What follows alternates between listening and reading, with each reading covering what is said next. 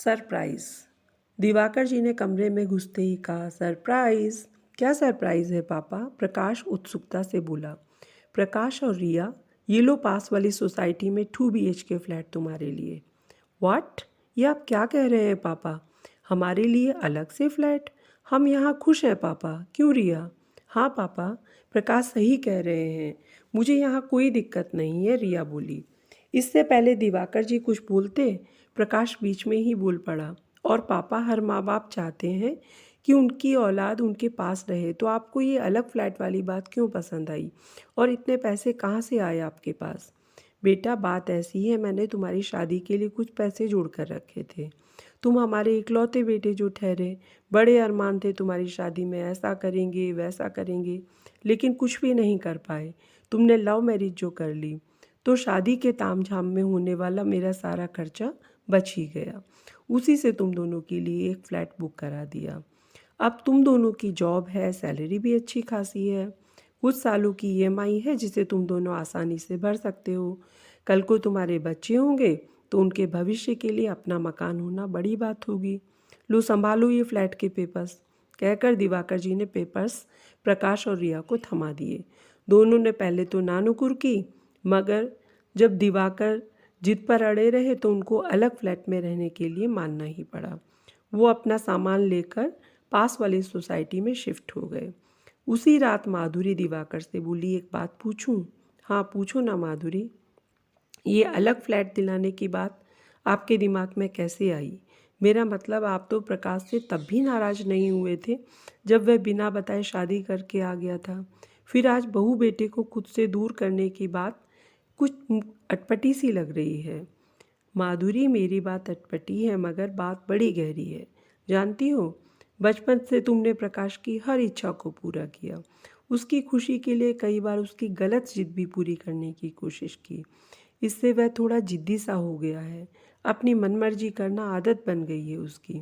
उसी का नतीजा हुआ है कि उसने हमसे बिना पूछे, हमारे बिना देखे अपनी पसंद की लड़की से गुपचुप शादी कर ली। बच्चे बड़े होकर अपनी ज़िंदगी के फैसले खुद लेते हैं, ठीक है, मगर क्या हम दोनों उसके दुश्मन थे जो हमें बताना भी मुनासिब नहीं समझा? खैर, मैं बचपना समझकर चुप कर गया, बहू को स्वीकार किया, बेटी की तरह अपनाया उसे। मगर उस लड़की ने यहाँ आकर हमें अपनाया क्या? नहीं, बल्कि वो तुम्हें और मुझे एक सर्वेंट समझने लगी है।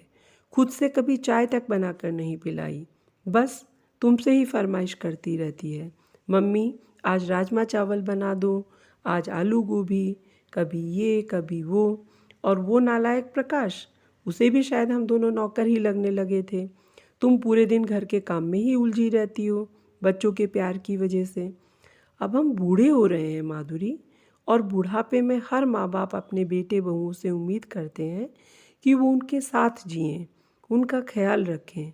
पर यहाँ तो उल्टा ही है, जरा सा नमक तेज होने पर बेटा तुमसे तेज आवाज़ में बोलने लगता है।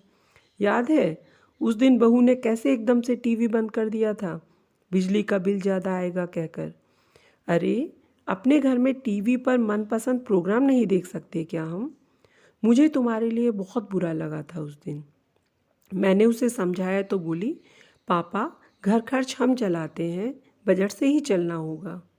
माधुरी, हम दोनों के लिए तो हमारी पेंशन ही काफ़ी है, और बाहर वाला कमरा किराए पर देने से हमें एक्स्ट्रा इनकम भी हो जाएगी, जिस पर वह दोनों रहकर अपना हक जमा रहे हैं। देखो, अब ऐसे तो वो यहाँ से जाते नहीं, तो मैंने ये फ्लैट वाला तरीका सोचा। अब प्रकाश और रिया भरेंगे हर महीने EMI, वहाँ का बिजली का बिल और मेंटेनेंस चार्ज, और जब खुद बनाकर खाएंगे या होटलों से मंगवा कर, तब पता चलेगा माँ बाप क्या होते हैं, उनके होने ना होने से क्या फ़र्क होता है।